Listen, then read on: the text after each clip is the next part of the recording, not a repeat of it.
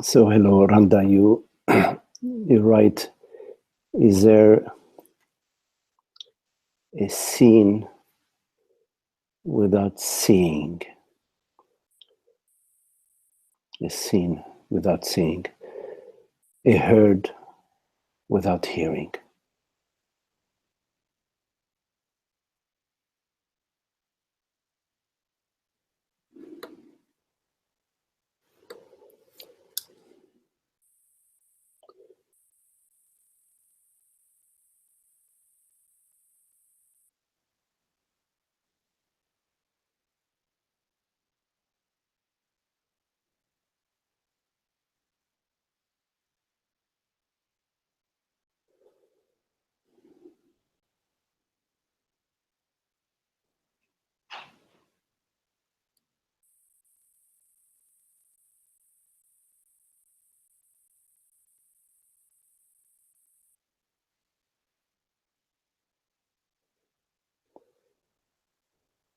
You see the heard, the hearing, and the hearer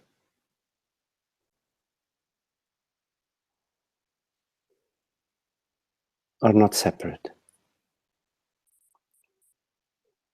The seen, the perceived, the perceiving, and the perceiver are one.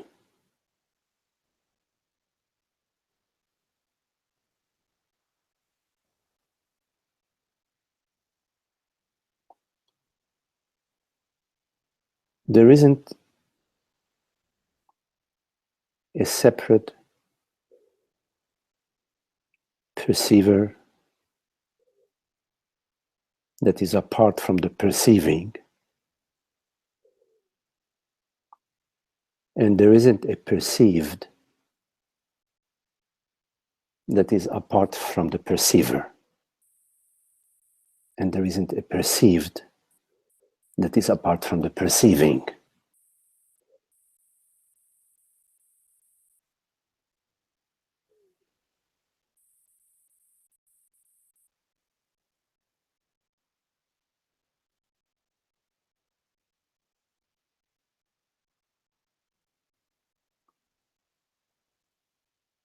If you look now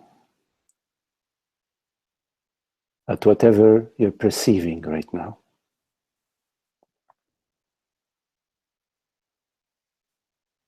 what is perceived and the fact of perceiving? The image that you're perceiving and the fact of perceiving that image, the perceiving itself. Are they apart?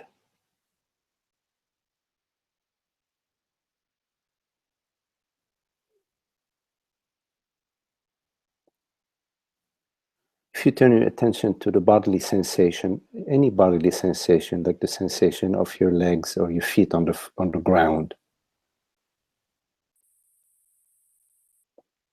and the perceiving of the sensation, the knowing of this sensation, are they apart?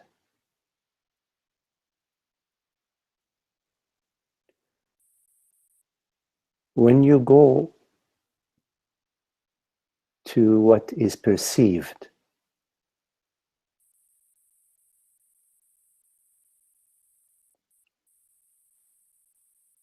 you find the perceiving. Because without the perceiving, you will not find anything perceived.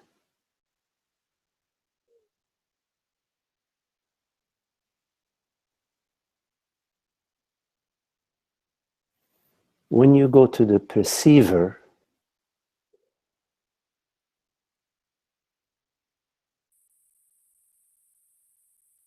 you will find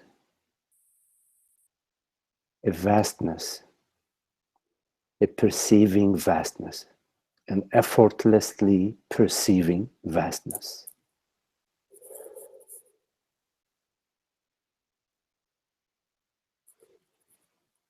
You will not find a perceiving object. you will find a vastness,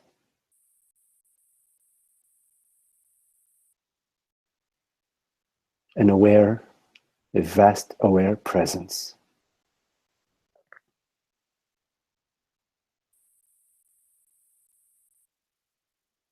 So if you follow correctly the trail of what is perceived,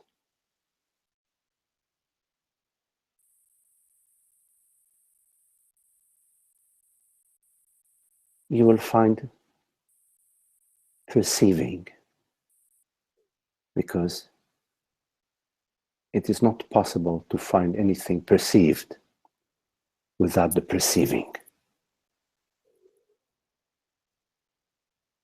And when you look at the perceiving, you will not find a perceiving object. You will just find the perception itself, perceiving itself, perception itself, but not limited. You will not find any limit to this perceiving, to this knowingness.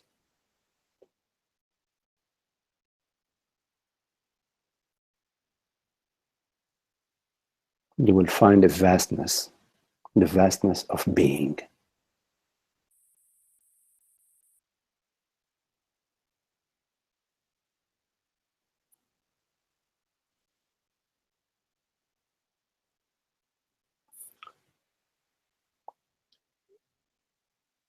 That is the reality of our experience.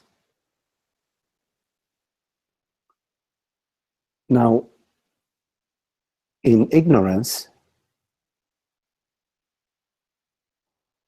although the reality of our experience is unquestionable, undeniable, there is an overlay.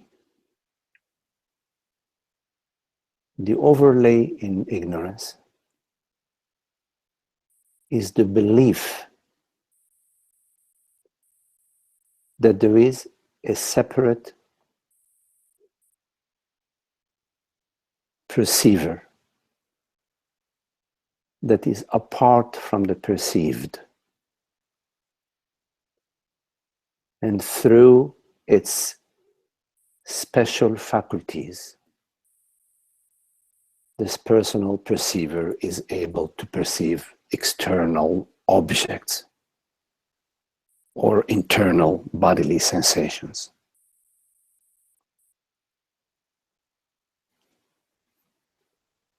The belief in a separate observer is an overlay onto our innately whole true nature. It's an overlay onto our innate wholeness.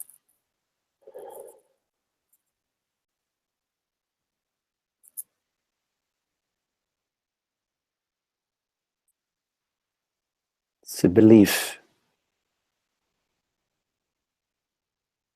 that there is somewhere, maybe within maybe this body,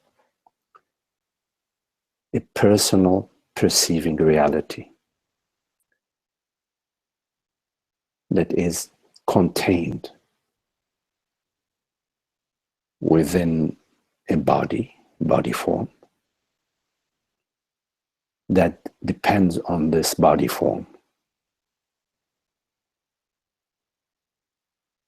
But upon the contemplation of the reality of consciousness, of awareness, the correct contemplation will reveal that the reality that perceives, the knowingness of all perceptions, is not in itself something perceived or something that is limited to a body-mind impression.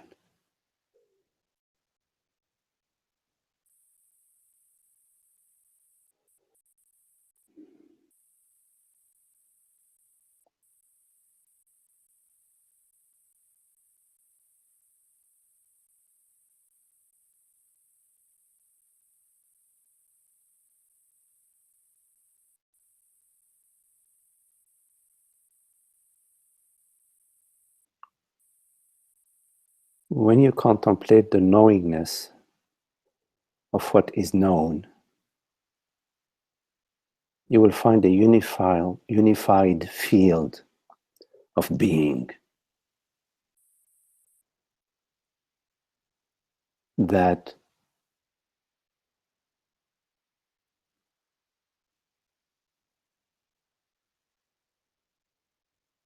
conceives and creates images out of itself, like the ocean creates waves out of itself and currents within itself. It's just a metaphor. Similarly,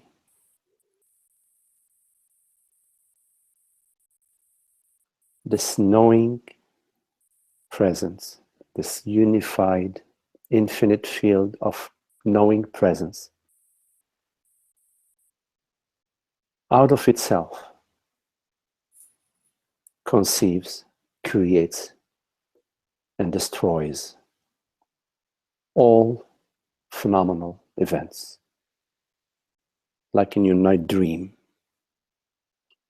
out of yourself, the sleeper, the dreamer, all dream impressions are conceived, created, and dissolved in the spaciousness of the dreamer.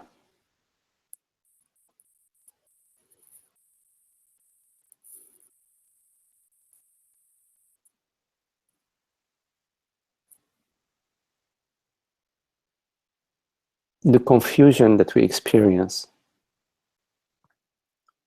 is due to that overlay. The addition of this belief that I am born, that I am mortal, that I am a separate perceiver, a separate knower.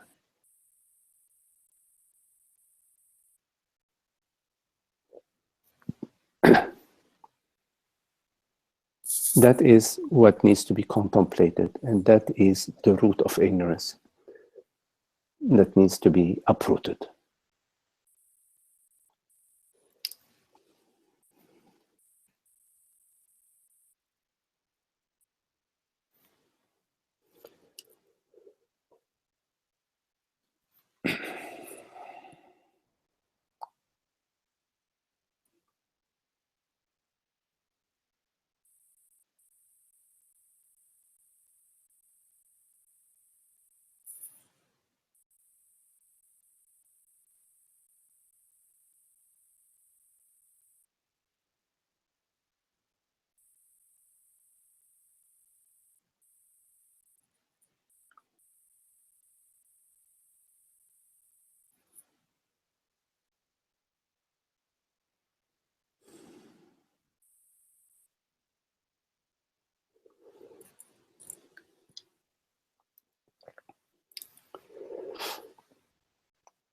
Hello, Ananda. Ananda, you're right. No perceiving subject either.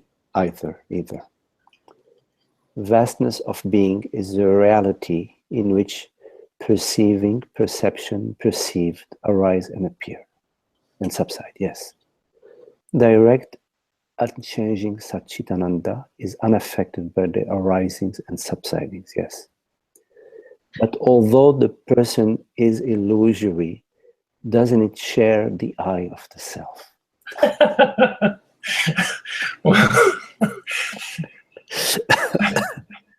Sort of. An illusion, yes, an illusory sharing by an illusory person. What is an illusory? What is an illusory sharing, or an illusory knowingness, or an illusory perception by an illusory self? Well, I'm just thinking that's that sense of I, or sense of me. If you follow it back, it becomes universal. But in its illusion form, it seems like this. Well, you call it sometimes the sweetness of reality is manifest. The sweetness of the dream, the waking dream, comes from the wholeness of being and the knowingness, knowing oneself as what one truly is, as the wholeness of being, as the universality of being, universal consciousness. The sweetness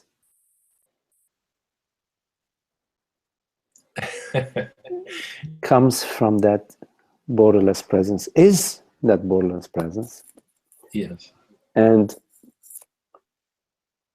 so, yes, we enjoy our friends, our neighbors, our partners, people at work. We enjoy the love that we recognize that they are. And we recognize the wholeness that we are, the reality of the self that we are. Of course, there are often we have encounters where we are being called to be a person and to treat each other as me and you. And you will find that you're more called to celebrate not the me and you points of views, but what's beyond it. Mm-hmm. You don't make a problem out of the me impressions, but you're celebrating and you're relating beyond that.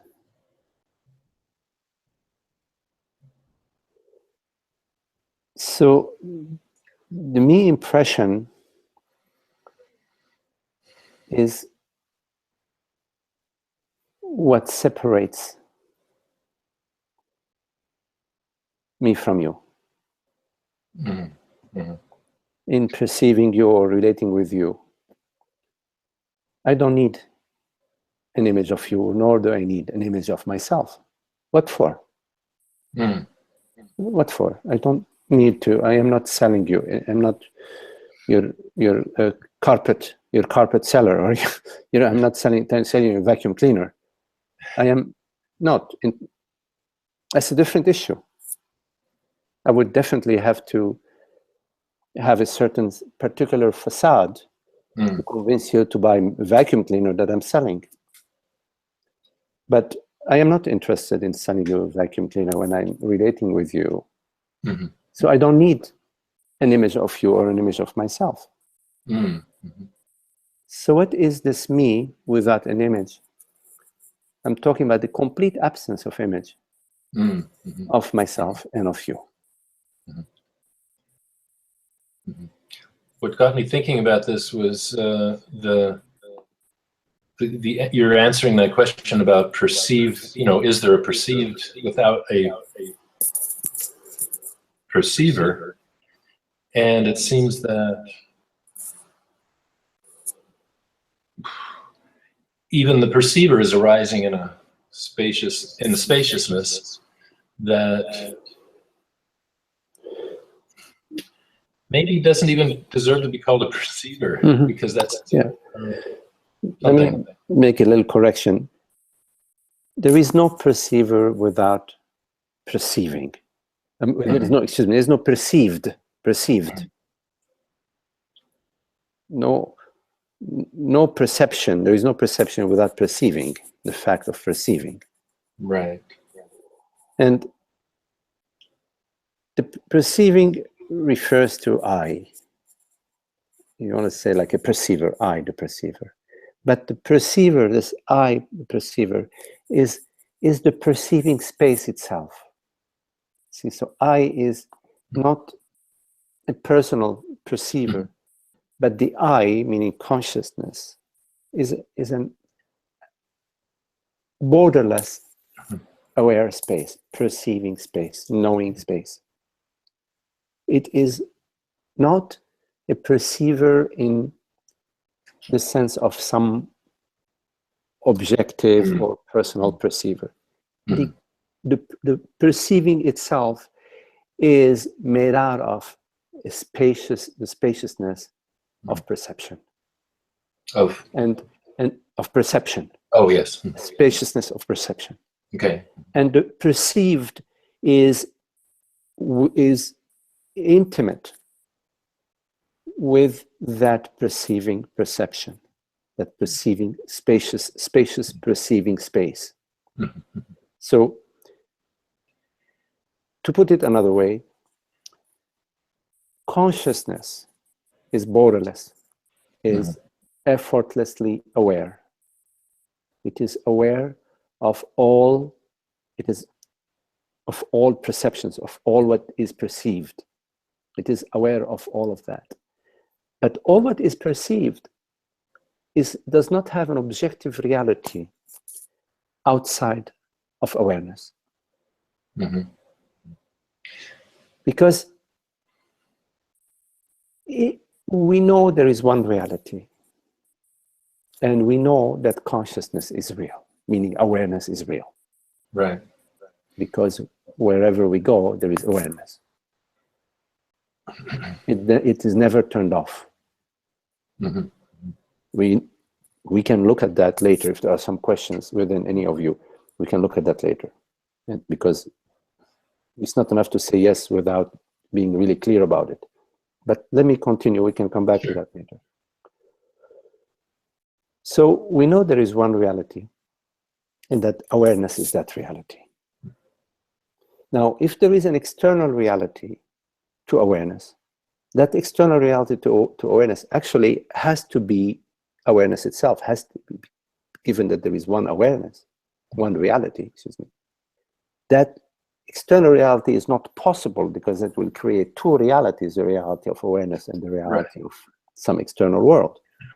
It's just, it's words, it's confounding words that we live with. Yes, but the very idea of it. It's helpful. But it's helpful to contemplate that when we perceive an external reality, we are assuming now two realities: a reality of consciousness and a reality of some external world. So now we are in how can there be two realities? It's an oxymoron. Reality is only refers to one reality. One reality. So if there were two realities, what knows that? What would know that there are two realities? There has to be then a mega reality that would know that there are 2 or 4 or 6 realities. So we're back to one reality within which all realities are contained. Well, a lot of people would call the multiple realities under the umbrella of the one, like a pragmatic humanism or something. Yes, it's okay. If you are referring to multiple realities under the umbrella of one reality, then you are now talking about sub-realities and the ultimate reality. So, okay, you could say that there are many sub-realities to the ultimate reality. Why not? But still, all these ultimate realities refer to this one reality and must be part of this one reality. Like, for example, you have 10 fingers and they all refer to the human body or your hand, or you refer to your hand. That's fine. You could refer to multiple reality of these 5 fingers, but it's actually it is really linguistic now, because we're only talking about the hand. Yes. Yes.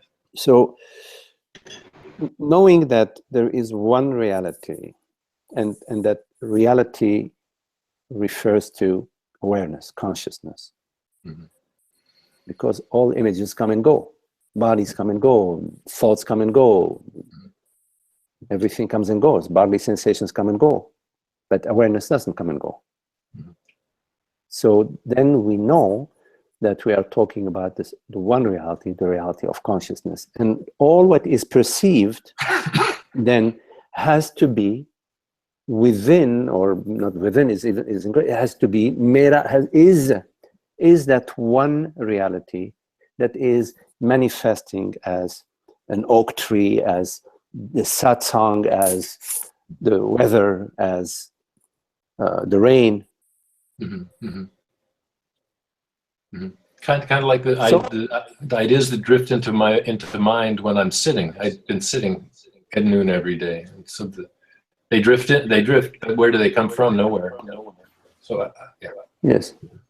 Yes. Everything arises out of you, and dissolves in you. Where else would it arise? Where else would it dissolve? It arises out of you. It dissolves within you. Whatever thoughts or perceptions arise, they arise to you.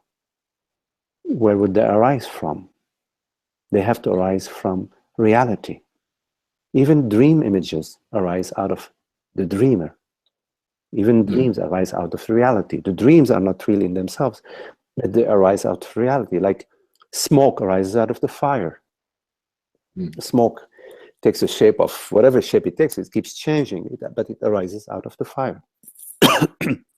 So all impressions arise out of what is real. And what is it that perceives? Is it not I? The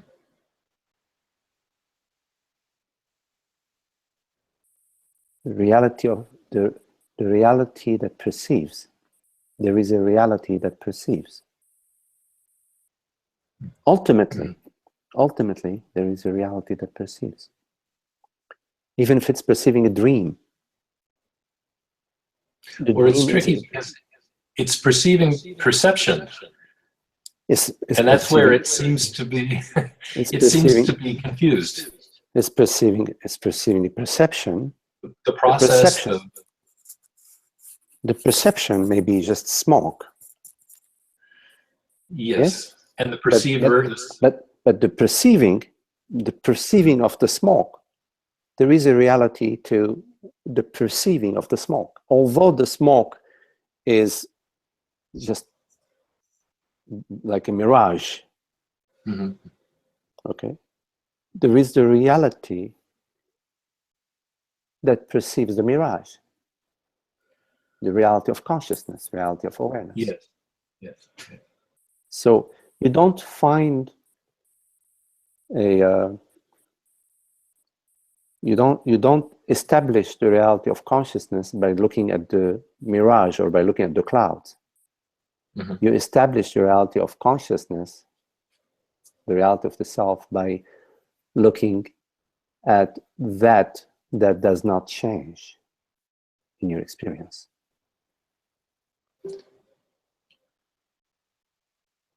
And the sense again, you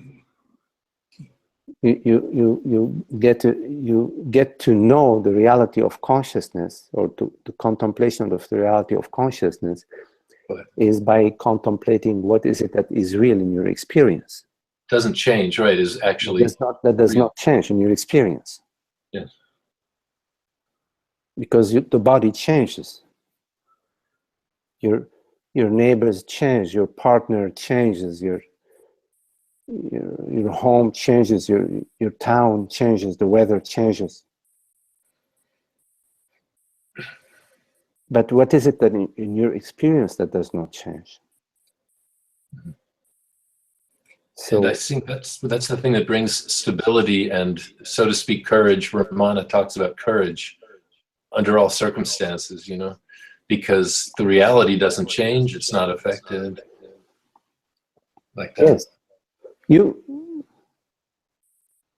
cannot get courage or become courageous or acquire courage from your personal will or from your personal mind. Mm-hmm. You acquire courage by the understanding and the experiential understanding Mm-hmm. of that is eternal, Mm-hmm. that is not hurt, that is not subject to phenomenal conditions. Mm-hmm. Mm-hmm. As you gain an understanding and a sense of that, mm-hmm. then courage comes to you. Mm-hmm. It comes to you because there is still the me impression that's sort of lurking in the background. Mm-hmm. There is still the possibility of mistaking the rope for the snake. Mm-hmm. But in time, Mm-hmm. the doubt that you have about your true nature Mm-hmm. will diminish Mm-hmm. as you become more and more clear and confident in what you truly are. Mm-hmm. Yeah, that makes perfect sense.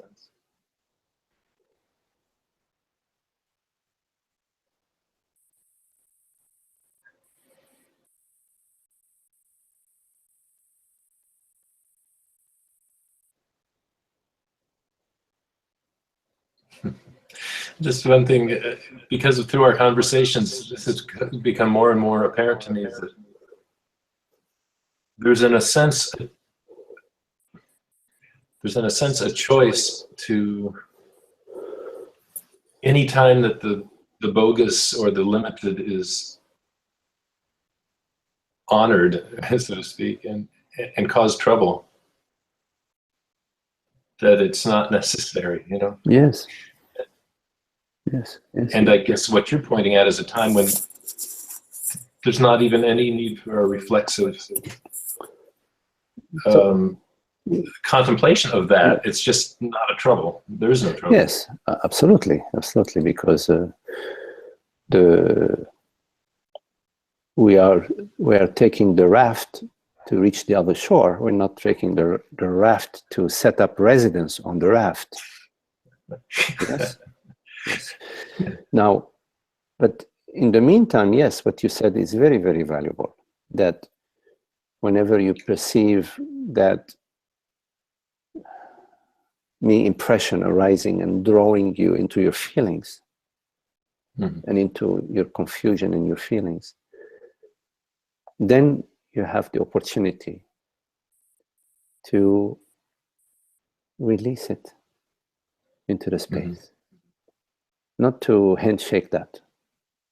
Mm-hmm. You sort of open yourself to it and you allow it to just be, and to allow it to dissolve with the waves that come and wash it away.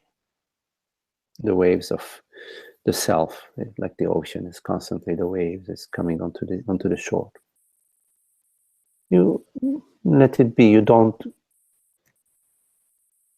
jump onto that rodeo. You don't ride that identification, and you don't try to fix those feelings, those emotions and feelings. Because if you are interested in fixing the feelings, you still are interested in the mind experience. You're trying to fix your dreams. Yeah. Your dreams get fixed by themselves when you recognize yourself as the eternal being that is untouched by world body mind events. Right.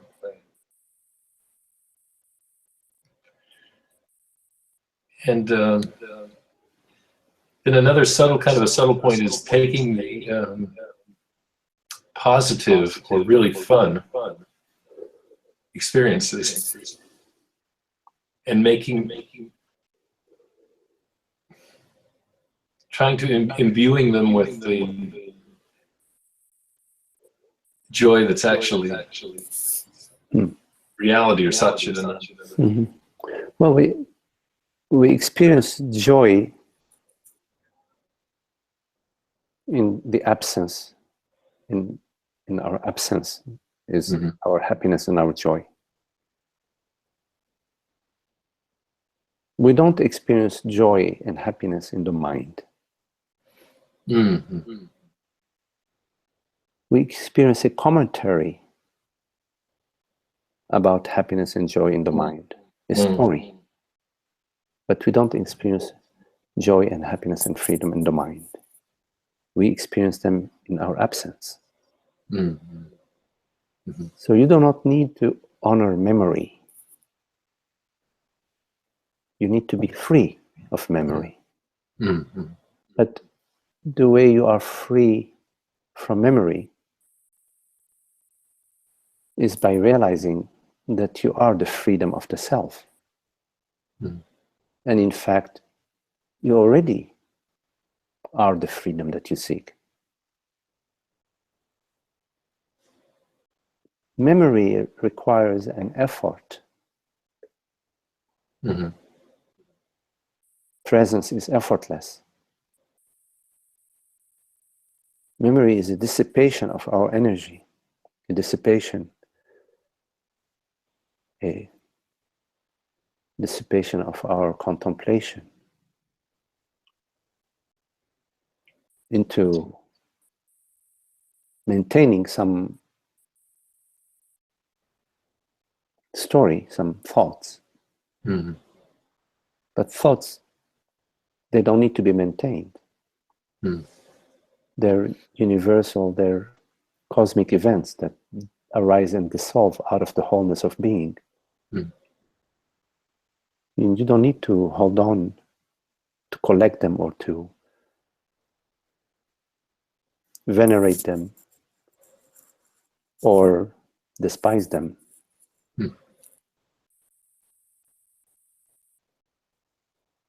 Often we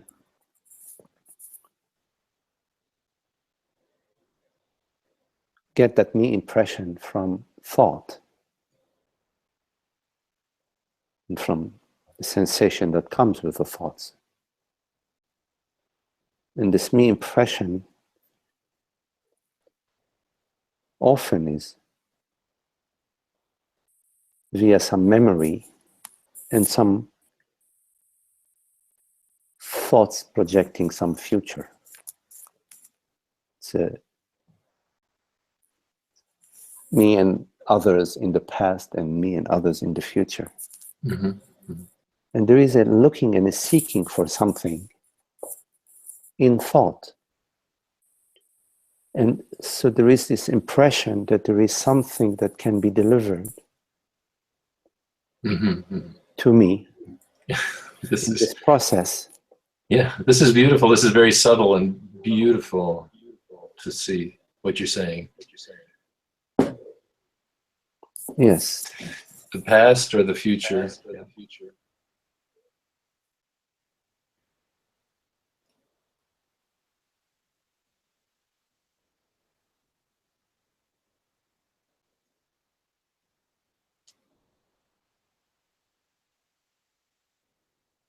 And it's a burden because it takes so much effort to maintain these thoughts and these stories, and we pick them up again and again. We pick them up and then we flip them this way and that way. We squeeze them this way and that way, hoping that maybe I can get finally something out of them. But the more I pick up these thoughts again about me and the other in the past, and I flip it this way and that way, it's just exhausting and unhappy, and at some point it starts to stink. Mm-hmm. It becomes so stale. Mm-hmm. It's like you have something in your refrigerator for a week, 2 weeks, 3 weeks, 4 weeks, even if it's the greatest, you know, it's starting to really pourrir. It's starting to pester. Mm-hmm. And we do that, but we're doing it with ourselves. Mm-hmm. Because we're really not doing it with anybody else, because there is nobody else. Mm-hmm. We're just doing it with ourselves. And we think the other is doing it to us, but the other, there is no other. The other is myself doing it to myself. It's like it could be an ex-partner who may not even be alive anymore. They're back. I am in the mind, they're back. In the mind, they're back. They're still here, but we don't know if they're even. It's all within me. It's Mm-hmm. all, the entire charade is I'm playing it on myself, but I'm not aware of that. Mm-hmm. I think that there is actually, I feel that there is some danger. There is something I have to do this, because if I don't do this, there's going to be some serious consequences. That's the hypnosis. That's the internal hypnosis. Mm-hmm. I am hypnotized in this sense of impending, a sense of danger and impending doom that is upon me. That I can't let go of gripping myself, of like torturing myself. Mm-hmm. It's very crazy when you come to think about it, but you have to sort of see it a little bit to realize how mad it is. Mm-hmm. We imagine others, and we carry our thoughts and ideas and images. We keep fabricating them. We keep feeding them, like with the plant. You keep giving fertilizer. We keep giving them a fertilizer, which is a lot of shit. This is my language, we keep it going this way. But nobody's being hurt really, but myself. Nobody's experiencing the unhappiness but myself.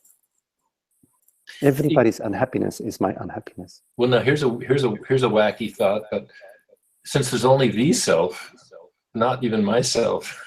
Yes. Nobody's experiencing unhappiness. You could say either the self is experiencing it, or nobody, or it's not. It doesn't even exist. Yes, you could say that. But if you still believe that there is the snake, the rope is a snake, yes, you are right. There is no snake. It's actually a rope. There is no. But I am tossing and turning. In my room, I'm really scared. I don't dare to come out because there is that snake there. You see. Yeah. So yes, in a way, you are right to say that. Yeah.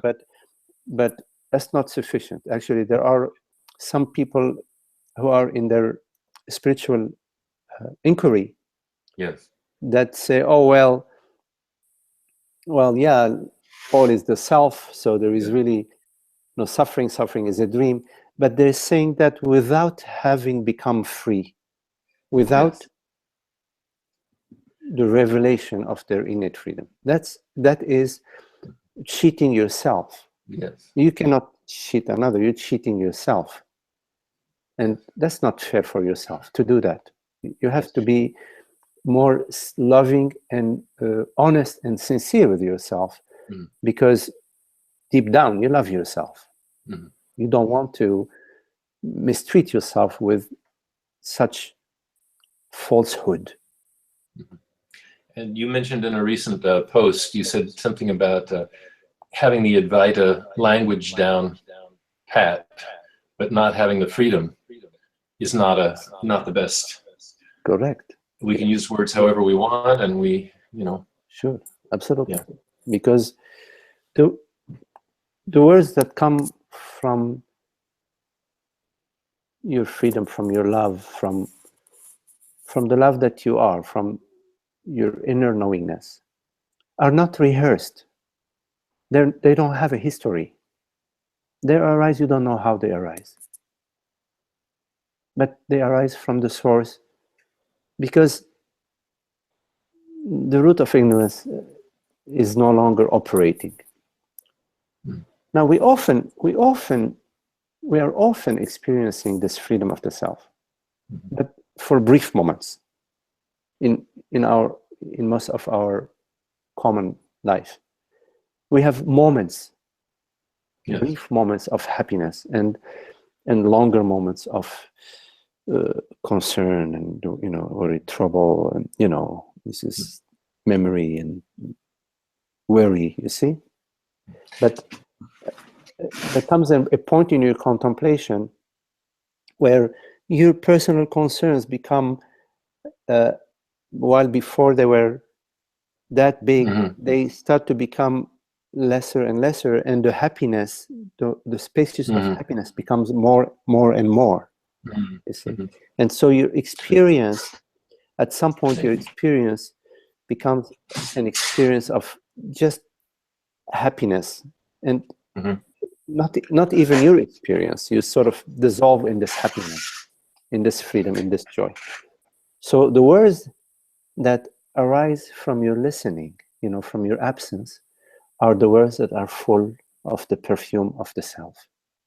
But the words that come from anything you've studied or rehearsed, or they still have a personhood in them. These words, even if they are the best, the recitation of the best Advaitic scriptures, they still contain within them the toxicity of ignorance. Yes.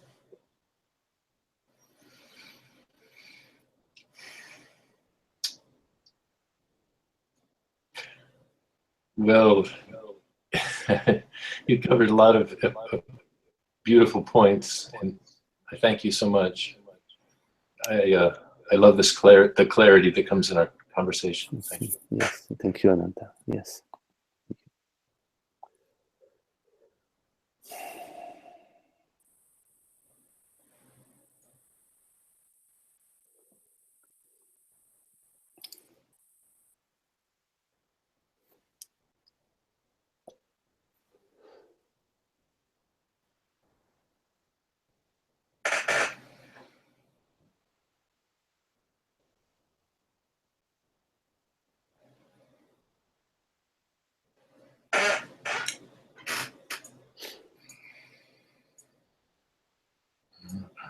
So if there are any questions.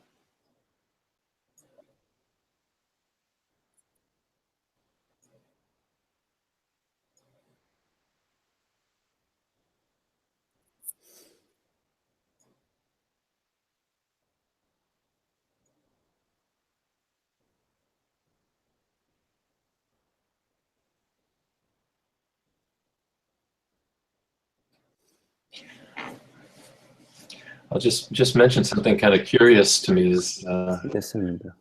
When sometimes when you're asked a really profound question, you think a moment, and then you say something that could have been out of an Advaita book, or something like that. And then as you go on expounding, it's clear that you're talking about the essence of the issue, and I just wanted to share that's a peculiar moment when I first hear, because we're so used to people saying things that sound right because we've all read it or whatever. And that's an interesting moment where you say, well, there's no such thing as perceiver and perceived. And then as it goes on, it's clear that that's the way it is. It's not it's not a book answer or anything. Yes. Yes.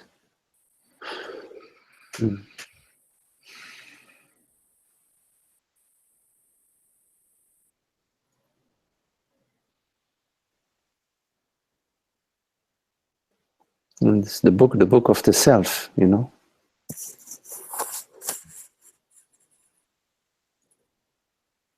It's the book of the transparency of being.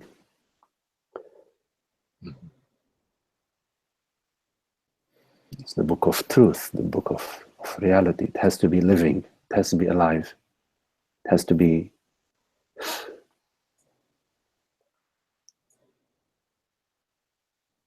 So one more thing to ask is this thing of the sense of wholeness. You talk about wholeness. It's like the resolution of, you know, problems and perspectives and everything, and then wholeness. And I don't totally get the wholeness thing. But I sort of, you know, it's sort of an intuition. Maybe it could be clarified a little more what you mean by that.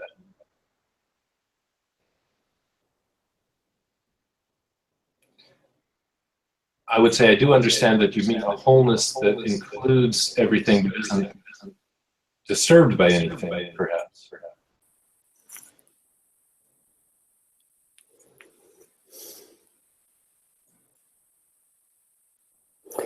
The wholeness of being refers to our indivisible, non-dual nature, meaning the indivisible,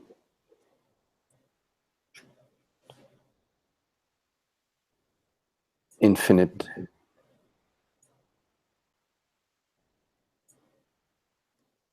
non-separate, non-dual reality.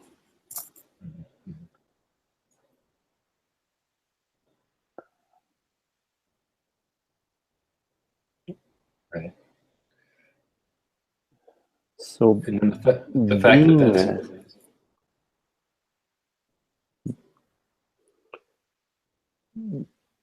being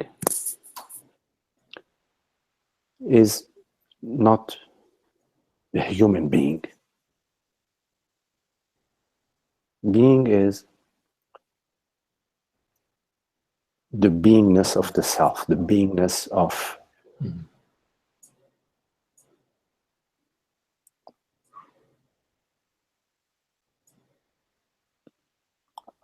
that is beyond the mind, the beingness of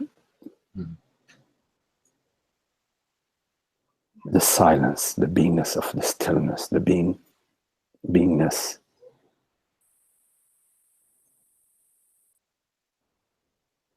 of the wordless.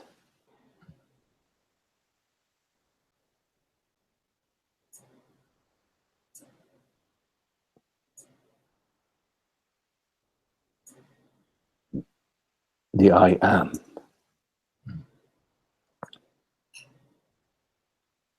It's not a human or animal or vegetable form. It's before that, pre-mentation. And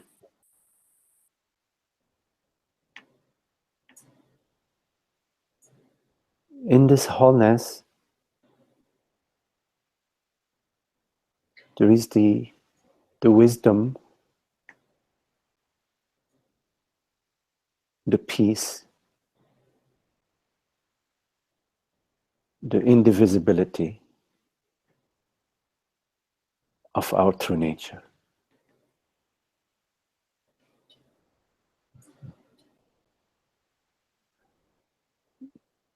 This wholeness is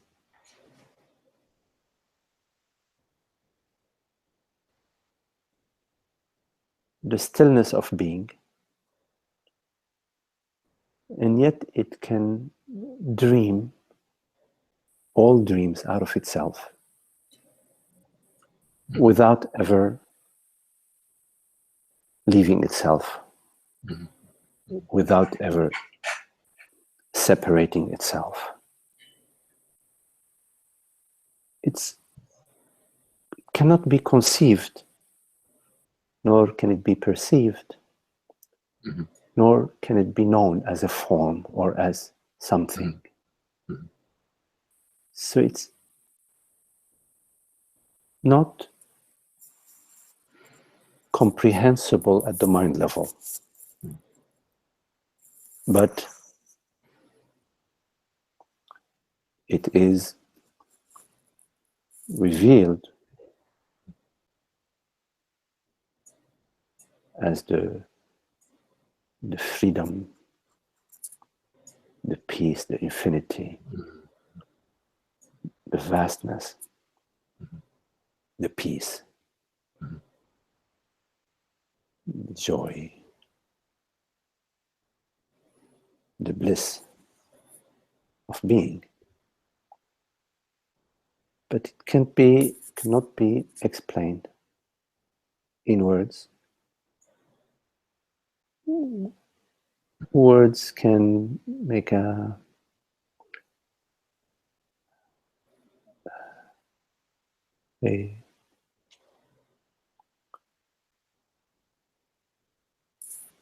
maybe an invitation, somehow drawing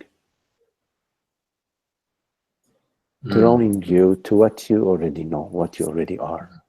Mm-hmm. They're mysterious words that are spoken somehow, but they're without a speaker, without a thinker, without a rehearsal.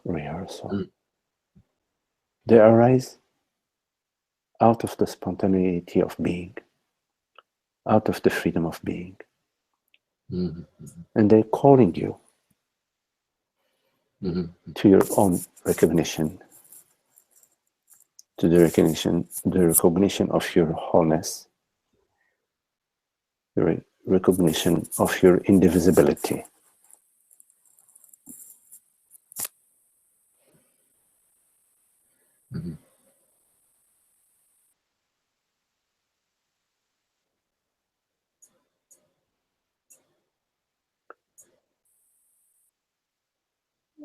And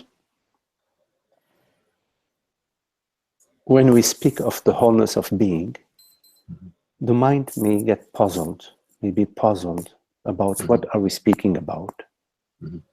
But at some other level besides the mind, at a deeper level, at the level of the self, at the level of being, there is an echo, there is a sweet twitch, a sweet recognition, a sweet handshake.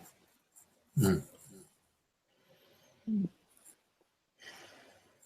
that's what matters. And that's what's speaking, and that's what is spoken to.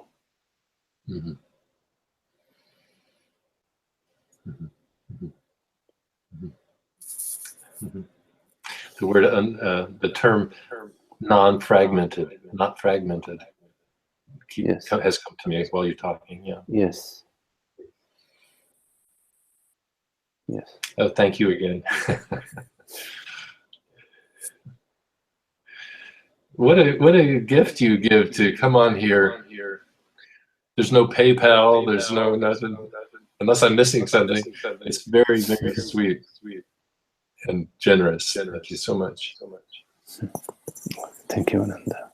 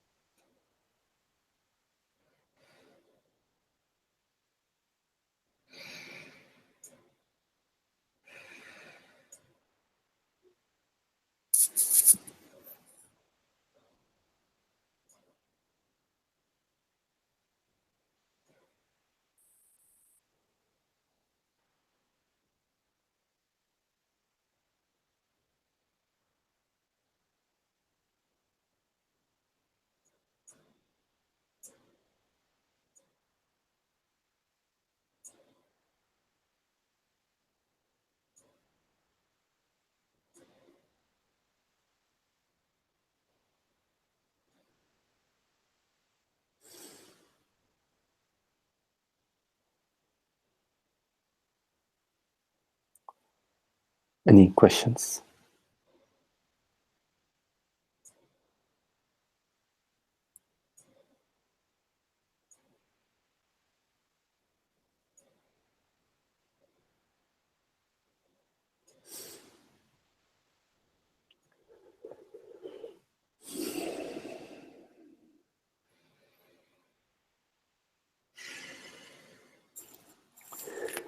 Okay, well, very lovely to be with you all, as usual. I think, yeah, next week. I don't remember the schedule, but we'll see. I'm going to Costa Rica on the 2nd. So most likely, what is next Thursday, Ananda? Do you know? Oh, just a second. I have a calendar right here. Oh, yeah.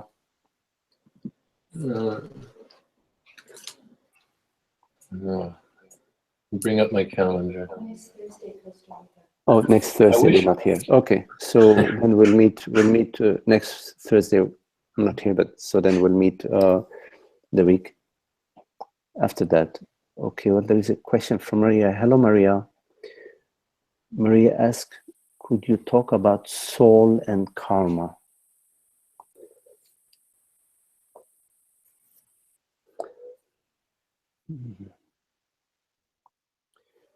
I rarely, if ever, use the word soul, but I will speak about my version.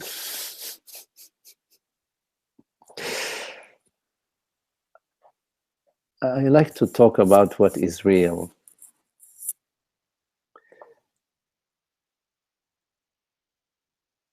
So, soul, there is this belief, maybe it's pre-Christian belief, or maybe it's a Christian belief, or maybe more than that, I don't know, that we have within us, let's say, the relationship with reincarnation. Okay. That we have within us some holy reality, some divine presence, which we refer to as the soul.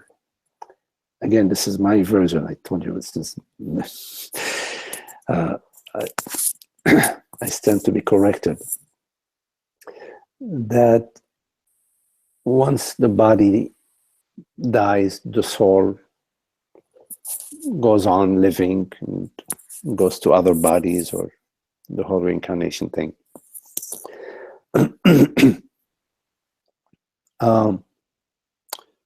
So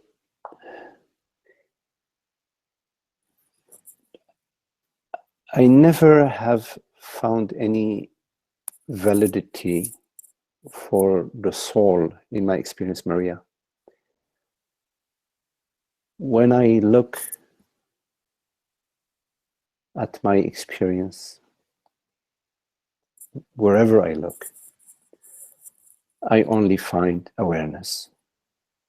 I never found something called a soul. I don't deny the belief, that there is this belief. I don't have this belief, but I've heard of people having it, that there is a soul. But in my direct inquiry, there is no such thing that I have discovered. Now, yet it's a very common belief. Now, we hold on to this belief that there is something immortal within us, which is the soul. And that when the body dies, that immortal soul lives on. And I have a different version of that. Maybe you can call it the Advaitic version, or Magdi's version, whatever. That, yes, there is something immortal about us. And what is immortal about us is us. Not the body-mind, is what I am. That there is the immortality but it's the immortality of consciousness, the immortality of awareness, the immortality of beingness. And it's not inside the body. It doesn't depend on the body. It doesn't wait for the body to die to migrate.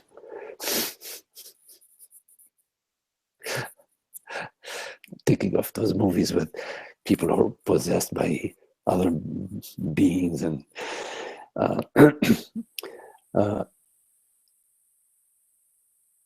consciousness is not in the body. The body appears in consciousness, or if you use the term soul, in the soul. Okay?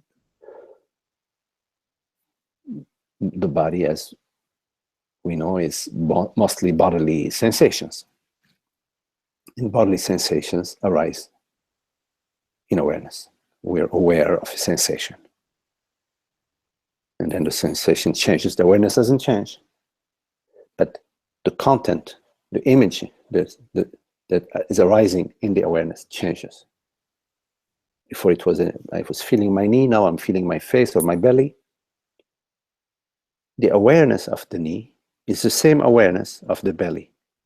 But the content, meaning the sensation of the knee and the sensation of the belly, may be different. Maybe in the belly there is hunger, in the knee there is no hunger, there is maybe I bump my knee and my knee is hurting me. So what is real, if the soul is real, okay, otherwise we'll be talking about phantoms, pink flying elephants. We're talking about something real, and that is consciousness. And consciousness does not appear in the body appears in consciousness. Now, we hold on to the belief that there is something immortal within me, and even if the body dies, that the soul that I am is still there. And it's true. It's true. The body dies and I'm still there.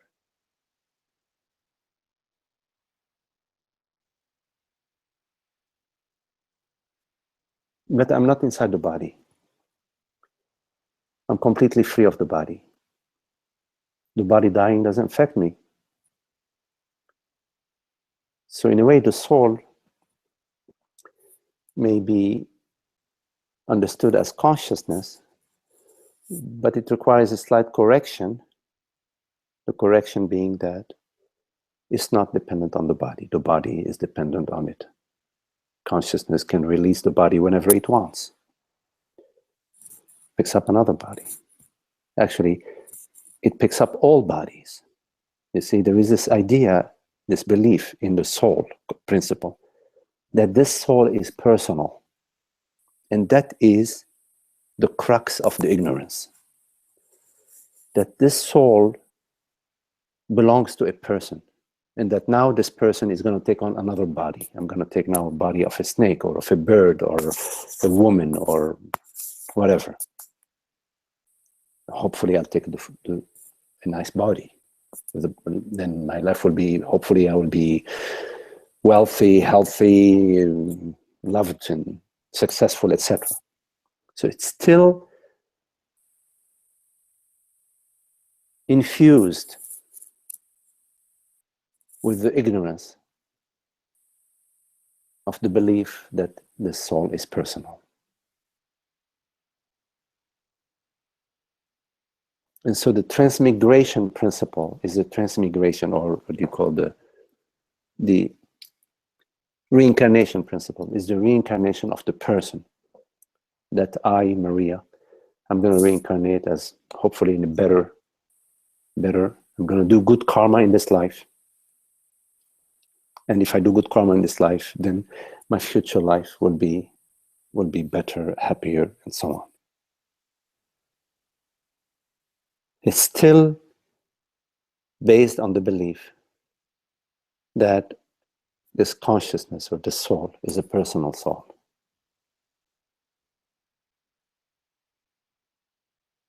And therefore it's erroneous. Why? Because the soul, meaning consciousness, is not inside the body. The body appears and disappears out of it, within it. And not just this personal body, because this body is personal only because we have defined consciousness based on what is being perceived. So right now I'm perceiving here Northern Virginia, this home, and you're perceiving somewhere else. So based on what you're perceiving, you're defining the soul to be personal. In fact, the fact that what is perceived differs from mind to mind does not mean that the soul or consciousness is different. A good metaphor of that is when you have the electric current in the whole city, one electric grid. This one electric grid lights all the light bulbs. And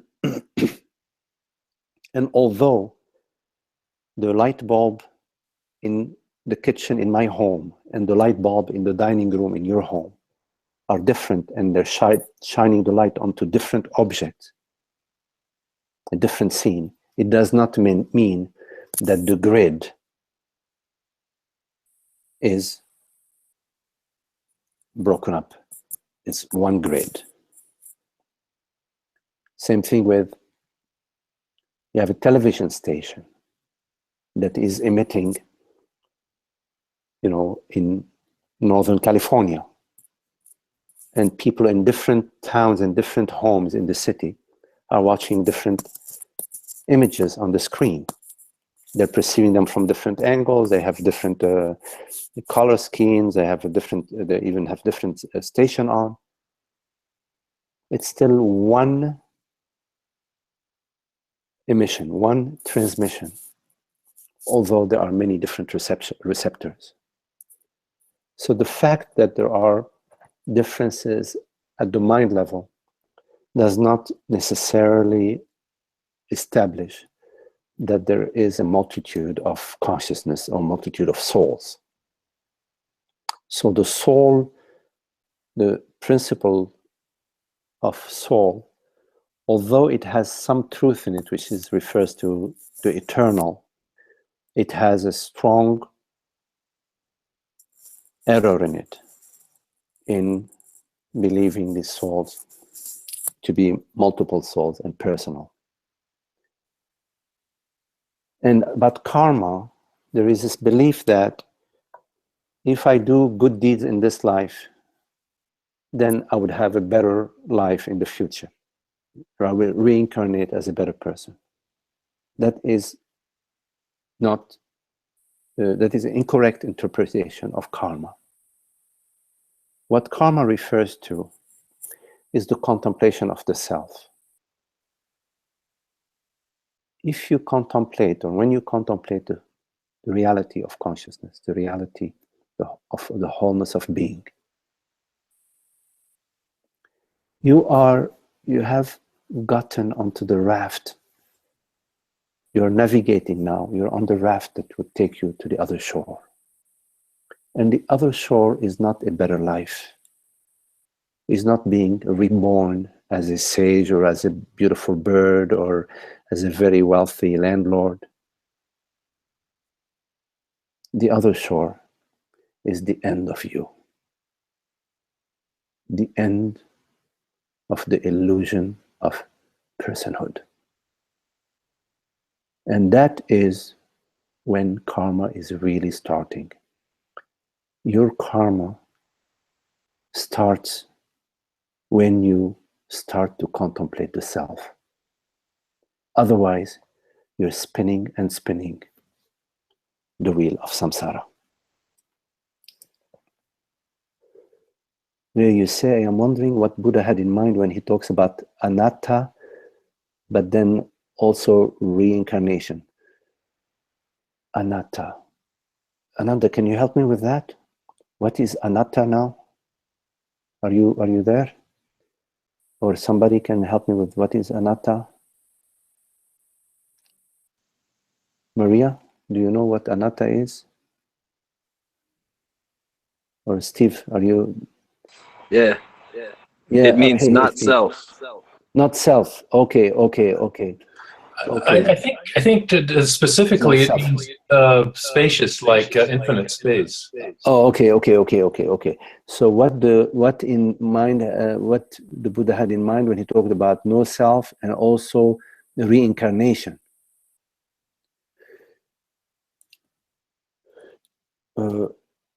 I don't know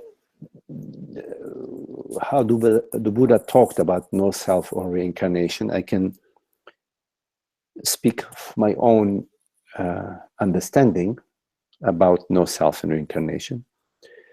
No self basically refers to reality, to the truth of what we are, that we are not a personal self, that we are not a limited personal self, but we are the universal self, meaning we are the reality of consciousness, the one self, the one reality, the reality of consciousness.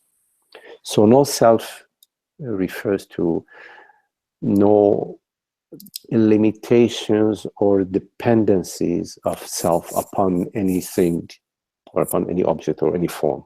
So it's a no personal self, no limited self, no individual self, but yes to the universal self, universal consciousness, awareness.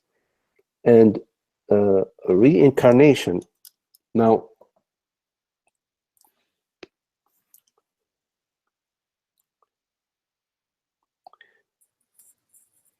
before you reincarnate, you first have to incarnate, meaning you have to come into the form, into the flesh and the bones. Now, what does it mean to incarnate? Meaning to be born as a person. Now ask yourself, when were you born as a person?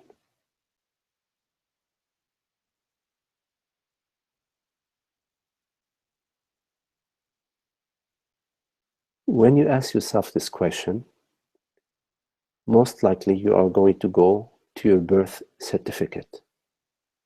You're going to go to your birth mother and birth father, and you're going to go to your birth certificate, and you are going to show your birth certificate with the answer to the question, this is when I incarnated.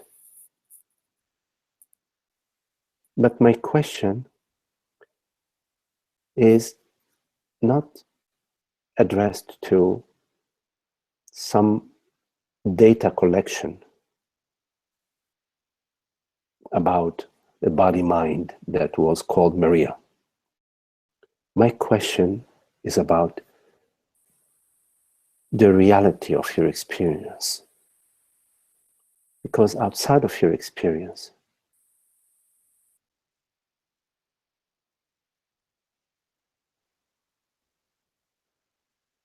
what can you rely on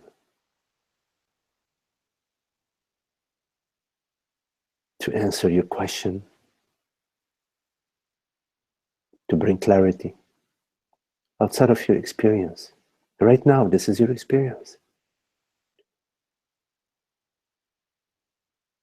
It's always your experience. You pose a question, and you're there, listening. You hear the question, you hear the answer, you're always there. So in your experience, when did you incarnate?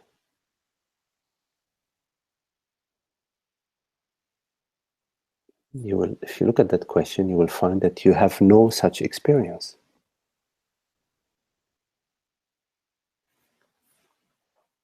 Maybe you may have some thoughts that arise to you,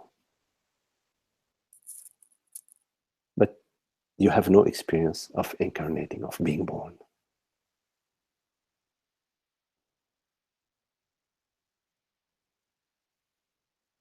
So how can we talk about reincarnation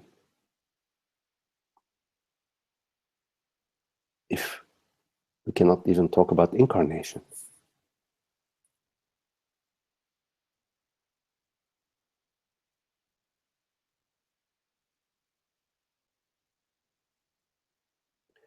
I would say that the Buddha talked to many people on many different levels. I guess maybe in various parts of India where he was teaching, people came from different traditions,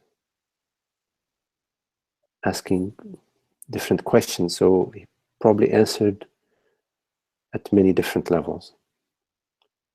I am speaking to you at the level of the ultimate reality, the ultimate truth.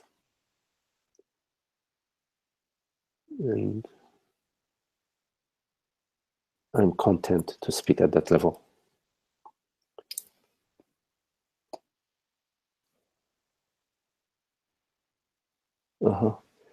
Okay, Ananda. So Anatta, visible. Yes, Maria. Very beautiful too. I hope to see you soon. And we're leaving. I was confused. I was thinking yes. Ananta, which is Ananta. Okay. Yeah, Anatta. Anatta. Yeah, Anatta is a little different. Yeah. Like the opposite. Okay, well, very beautiful to be with you all, and we'll see you in a couple of weeks. Very, very lovely. Okay, be well. Okay, thank you. Thank you, Magdi. Okay, Steve, take care. Nice to see you. Okay. Good. Okay, yeah, same here. Okay. Love. Okay, love. Okay, love you too.